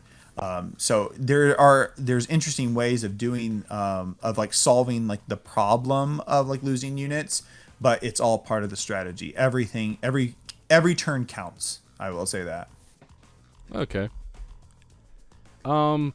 Another things I really like the animations here. I think the special attack animations are really good. The animations when you're getting hit and winning are really good here. Very bouncy and fluid. And the music, I think they did a really good job translating that chiptune sound from the Game Boy Advance over here very well. Yeah, like just as like a last point, like that right before you start the battle, there's like a little like lead guitar riff. Yeah. It sounds so good. It sounds just like with like the GBA, but like I'm like, how did they get this like specific tone? Because like that sounds like the old Game Boy Advance. It sounds like a guitar MIDI, but it's like an authentic guitar. Correct. Yeah, no, I love hearing that each time I start a battle. So yeah, no, I'm 100% with you. And even like, I'd say like some of the hardcore fans have like some reservations about some of the changes, but I've seen several people say that like the soundtrack, they appreciate it much more because like it just really highlights how strong the music was, but gets past some of those limitations of the GBA sound fonts. Yeah. And then lastly, we had Xenoblade Chronicles Future Redeemed. This was a game they announced Tuesday, like during the middle of the day or something. I was at work and I just got like a message saying like, hey, did you see the new Xenoblade trailer? I'm like, what are you talking about? Yeah, it's coming out this Thursday. I'm like, what? So I only got like a chance to play Advance Wars for like a day or two before Xenoblade dropped. But finally got a chance to play Future Redeemed. I'm probably about 16, 17 hours into the game. Nice. Very good game. As you guys know, I like Xenoblade Chronicles 3, but there were some things there that I wish that they didn't do that they did for whatever reason. I know they wanted to make that game that, an entry game for people of the series, like you didn't play part 1 or part 2. It's still fine and jump into 3. No. I wish they would have made Xenoblade Chronicles 3 a game that if you have been following the series from part 1 and 2, that 3 was just the closure of it all. All the references were coming back to you and everything. Places that you've been, characters that you've seen.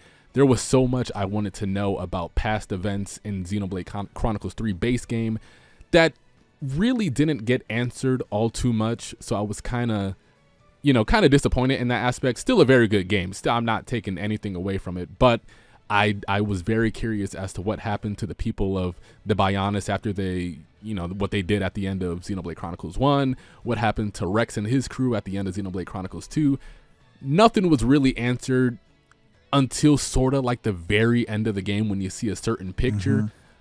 But even then, that just gave me more questions. I wanted to know more what was going on. So Xenoblade Chronicles Future Redeemed is more or less filling in the gaps and the answers that I wanted for Xenoblade Chronicles 3. And I am so happy that this game exists because it's doing everything I wanted from the base game. Now, there's something here I appreciate from a gameplay standpoint that I don't feel gets praised enough in the Xenoblade Chronicles series, and that's how much depth they give you as far as collecting. Like Xenoblade Chronicles has a very deep like collectathon aspect to the game that many people don't talk too much about with the Collectopedia. So in this game, they reward you, like you have 2 ways of leveling up, right? You have the standard way of leveling up your character, just fighting enemies until your level up meter maxes out for that level, and then you're on to the next level.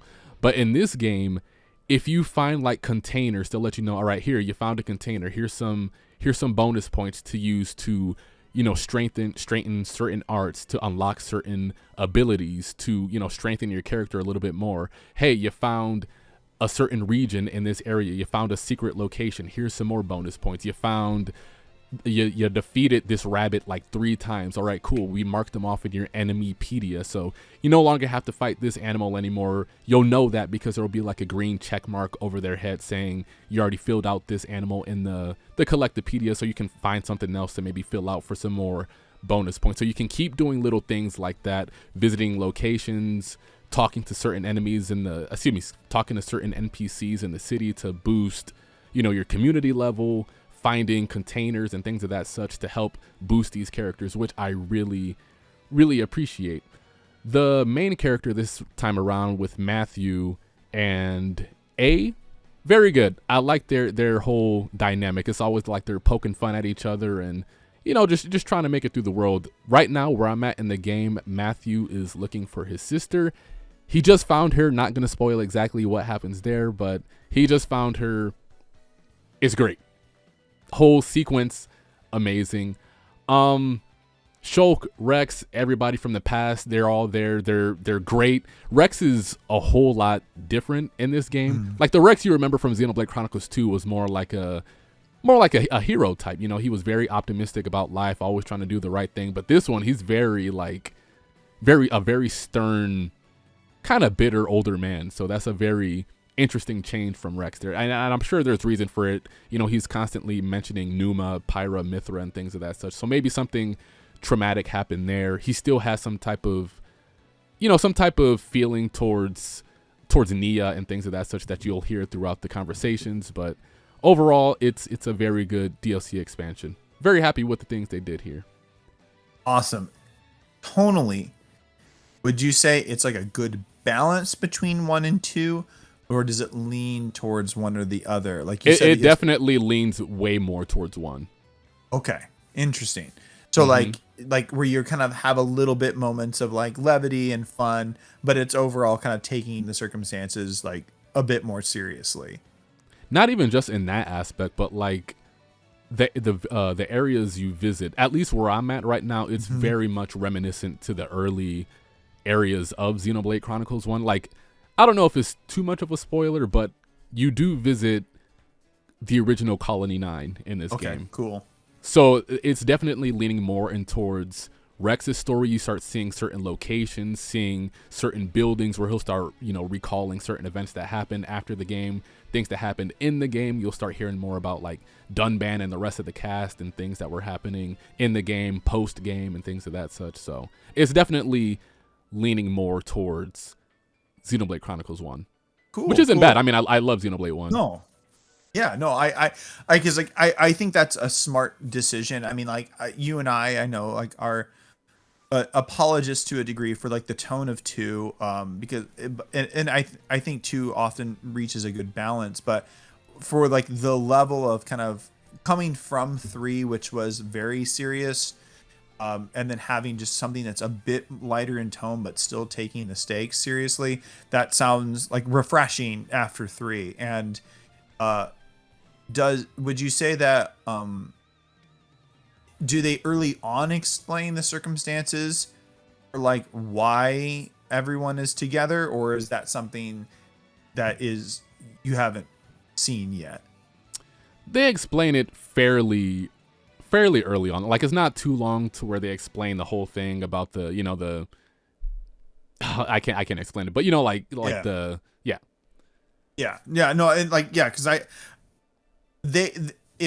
if you stuck to the end of 3, there is an explanation for like what occurred, but I was just wondering if like the kind of the characters were aware of that, but it sounds like they are. And so I do you know how long the expansion is? Because I mean, correct me if I'm wrong, because like I think I probably put maybe like 50 or 60 hours into Torna. Are you thinking it's about like the same length, or maybe even a little bit longer with the Collectopedia stuff? With the Collectopedia stuff, I could see it being like 50 to 60, but just going through the main game, it would probably take maybe anywhere from 30 to 40 hours. Okay. Maybe leaning more towards 30, because it is going fairly fast right now. Okay. I mean, that's still like substantial, especially, for like a DLC. Yeah. That makes expansion. So yeah, I'm definitely hoping that they do a physical for it, similarly with Torna. If they don't, I'll definitely pick it up later this year. But no, that's really encouraging, because you and I had a very lengthy discussion about what we thought of 3, and overall it seems negative, but I still look at that game fondly. I felt very similar to you, that I think so much of what was built up in 1 and 2 needed some form of like culmination. So like, I'm glad that they decided to give the hardcore fans, or the fans that had been there with the series for some time, some sort of like closure, or at least one more time to reconnect with these characters and with new characters since. I mean, I know it's still early to say. Could you see maybe some of these new characters, would they be strong enough to lead their own game if they continue the series? I know they had spoken about doing that. Matthew and A would probably be your strongest bet. Well, oh man, I can't even say that because it's a spoiler. But no, Matthew and A would be, actually, it's a prequel game, so realistically, I don't know if they could be protagonists in a future game. And I know they said this is the last, piece of the puzzle for this, I guess you want to say chapter of Xenoblade Chronicles. So they want to move on to something completely different after this. Okay. So I do think there is one character that if they wanted to, they could push him to be the next generation of, Xenoblade Chronicles. But it's a prequel, and I know they're trying to move on from the whole Shulk, Mechanis, Bionis thing. So. Well, and I think that leads into an interesting question, because like I consider myself to be a fan of the series, but I'm not like super deep into it. And I know that you and like many others in our side of the community are like very passionate about the series. What would you like to see? Because they did, I think, Monolith Soft, some representatives came out and said that this is not the end. They don't plan on ending the series. What would you potentially like to see? I mean, from maybe like a Xenoblade Chronicles 4, or maybe something like with a new subtitle. What would you like to see going forward from the series? To be honest with you, I think just going all out and making it an action game, which I'm kind of usually against, but I think just going all out and making this just an action game would probably be the best thing moving forward, because it's like they're dipping their toe there with little action mechanics, like you got the whole auto attack, and then you got the waiting for your arts to fill up so that you can do a combo. Then you got these the chain attacks where you're just doing these weird, like these crazy anime combos and things of that such. I think they should just go all the way with it and make it just a team-based action game. And not only that, if they want to really take this game to the next level, because I remember when the Xenoblade Chronicles 3 came out for its fiscal year, it was at like 1.5 million or something like that. It still hasn't passed Xenoblade 2, which is at like 2.5. But I feel like Xenoblade Chronicles, just as what it is right now, is kind of an intimidating game. Like, you look at that game, you look at Xenoblade Chronicles 3 especially, you see all these little, area of effects, rings on the screen, you see all these characters, all these menus to look at, all these little things to pay attention to while you're playing the game. That could be very overwhelming for somebody that has absolutely no idea what's going on, even though it might be easy to just jump in and understand it like that. But first impressions are everything, and Xenoblade Chronicles 3 does not look very welcoming as a franchise. Yeah, I think that is something, because I came into the series with 2, and I was just kind of looking at all these previews, and I did watch like the 2 specific direct, and was like even more sold by the experience. But like you and like OJ and a few other people on Twitter really kind of sold me on like your passion for this series, that this is actually like a mechanically deep game that wants to tell a grand story and give you a like immersive exploration experience. And I hear you. I do think that I would trust Monolith Soft to do interesting action combat. I am afraid that like every RPG series is moving in that direction. I think it's natural. I think that is what's going to happen. But it does seem to fit Xenoblade more, because like you said, positioning is everything.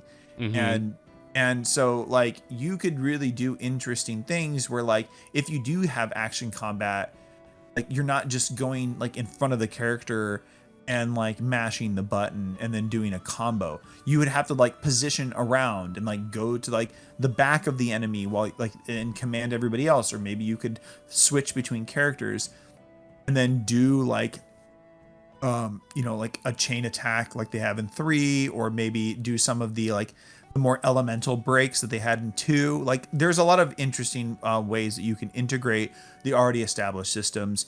I do think that unfortunately a lot of probably every RPG series, including like Dragon Quest, is probably going to be moving towards this action area, but yeah. Don't tell me that. Yeah. But I could be wrong. If I see a Persona 6 and the main character is out there acting like Dante, I'm gonna, oh my goodness. They're gonna break your legs. That will be the new like phrase for their I don't know, like that because you had brought up like Shin Megami Tensei 5. I think, you know, what just reminded me of that is that open world. I didn't find it boring like some people did, because I think it makes sense story wise. It's an apocalypse. What do they want it to be? Exactly. And then also I do think they made interesting ways of like getting up vertically. Like you had to find different paths, and so it actually made exploration sort of more of a challenge in an interesting way. And a lot of developers don't do that. They're just more interested in you getting from point A to B. But I think that because there were such big gaps between like battling and doing like the fusion system, it sort of started to kind of interfere with that. Like I was spending too much time like trying to find like one of those little creatures rather than like leveling up or like going back and like bartering with people in like a town, like or like a demon. And so I think that sort of clashed, and why I was having a bit of a difficult time with it. But that doesn't mean there can't be an open world RPG, i.e. like Xenoblade, that does that well, where you have this big space, but everything seems to like connect together. And so I feel that way about character action too, that like there can be a good action RPG. I just don't want it to be Devil May Cry. I don't want it to be like having a bunch of like, you know, numbers up there where I'm focusing on like these combos. I could be wrong. The future of this genre could be fun. There is something to like strategizing and having that sort of that rhythm of like either a turn-based or like a command-based sort of like with Xenoblade, that I just hope doesn't disappear. But I do agree with like that would be a natural direction for the series though.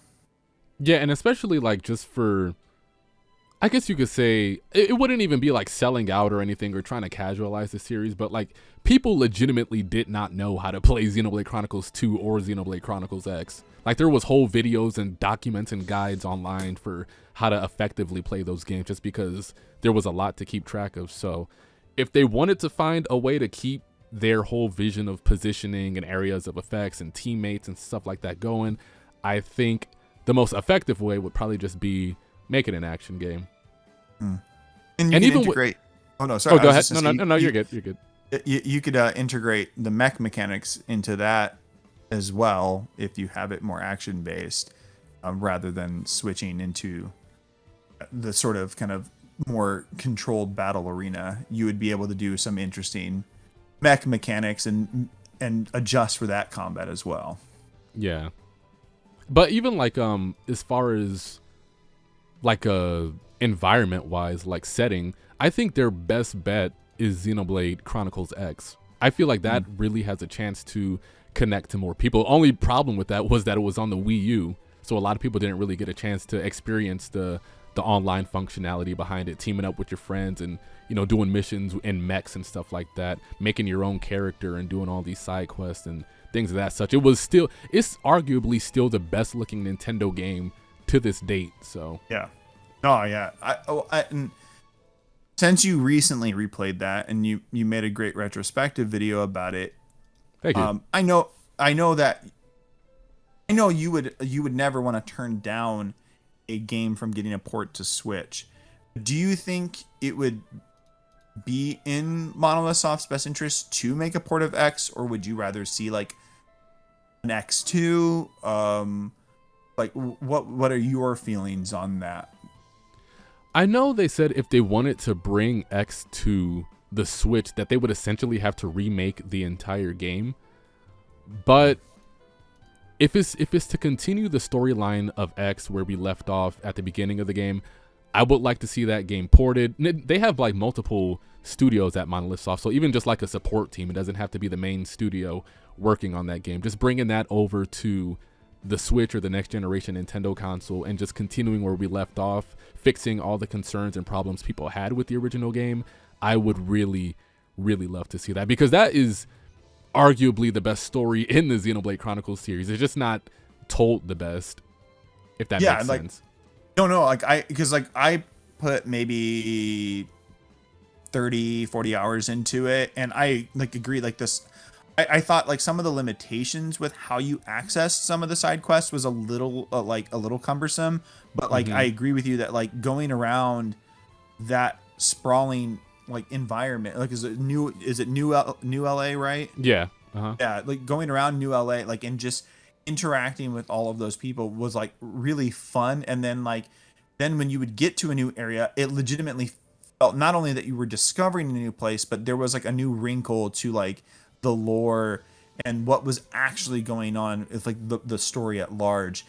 And so yeah, I feel the same way that like a port would help. I just, I don't know if it, because it doesn't tie into like 2 and 3 that they would do that. Do you think that they would change the character designs too, or would you want them to sort of retain the designs to distinguish it from Chronicles? Actually, that's a good question. I feel like they probably would change the character designs, because that was one of the, it was a pretty big complaint when the X was originally coming out. Like, why do these characters have big old eyes? They look like dolls. They look crazy. They look lifeless.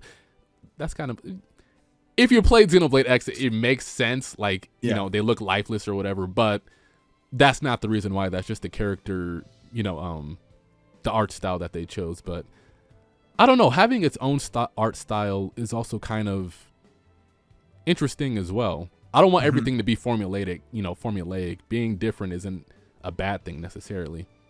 No, like even the original Xenoblade Chronicles on the Wii, I still think that looks very fine compared to the remake. Yeah, no, it feels like, I mean, in a way they almost kind of feel like 2 different games, even though they're like tonally similar, but like there was a different like approach at that time. And I do think that it would be cool to like preserve that and shift it up, because even like if you look back at like their history, like there's similarities between like Xenogears and Xenosaga, but that is a little similar, but they do all feel distinctly different, like when it comes to their art and presentation. So yeah, I would definitely think it would be cool if, I mean, I don't know if they're not going to do that fantasy RPG that's been hinted at. I think if they do another like tech or sci-fi based themes similarly to Xenosaga or X, that would be really welcomed. If they just stuck with it, I don't want to say mature, that sounds wrong, but more of that sort of defined art style that's different, I think would be very welcomed.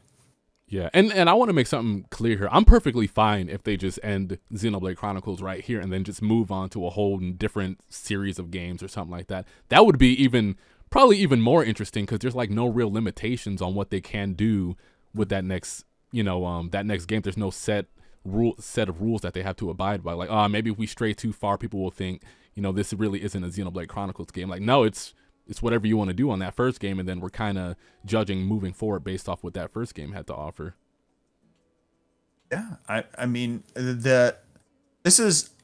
you can say that about any console generation. I legitimately don't know the direction that Nintendo and their sort of like the developers under their umbrella are going to do for like the next console. Like the Switch just seems to be doing so well, and I'm so satisfied with it, but there is like a potential that they could possibly give brand new experiences with whatever hardware is in the future.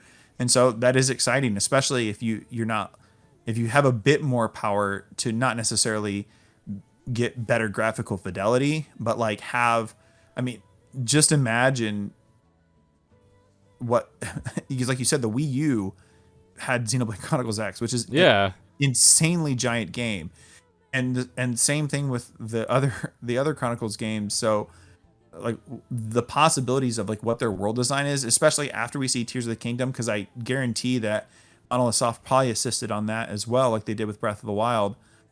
It's scary to think how big they could probably make their next games. Yeah, and that's what I like too, because like the way that they'll push their games won't exactly be the same. In Xenoblade Chronicles 1, you had scope. Xenoblade Chronicles 2, you had more exploration and the ability to just go anywhere in the game without the game like loading from New LA to like any location in the game. And then 3, which is all the different functions and mechanics that they had like 7 party members on the screen in that game exactly at the same time. Yeah. So and that's the same thing for the DLC, right? yes. Yeah. Actually, I think it might be 6 in the DLC, at least for right now, where I'm at. Yeah, because like the support characters, like I was surprised that they like are with you. Like in addition to that, how large that cast was, that's crazy. Because like, and just as sort of like a tangential point, I see there's a lot of discussion right now about like the performance of games on the other platforms right now, and you know, that can be important to you and impact your experience, but there are technical hiccups on like the Switch, but Nintendo and the developers they work with are continuously doing like really incredible things with this hardware that I don't know why you would put up with some of the other like issues with like other studios and other games when there's just this much good content coming from Nintendo right now. Preferences aside, I think if you're looking for something to play, the Nintendo Switch is going to have something for you. And we'll end it right there. That was a beautiful line. So that was IO Nintendo episode 4. Thank you all for watching. If you want to subscribe to the channel, like the video, share it out, that would help greatly. Lets me know that you guys appreciate the content and want to see it continue moving forward. Zach, do you have any last words before we end the show? Yeah, I mean, if you like what you hear and you're discovering us for the first time, come and join our Discord or check out our accounts on Twitter. Blandrew usually tags us in the videos, so we'd love to hear from you and keep gaming. Exactly. Everything will be in the description. So make sure you guys hit those links, follow, join the Discord, follow us on Twitter, like the video, all that great stuff. We will see you guys on the next episode. It'll probably be for Tears of the Kingdom. It'll most likely be for that episode, just giving our thoughts based on what we played for the first week or so. And then we'll just go from there. As always, guys, thanks for watching and have a good one.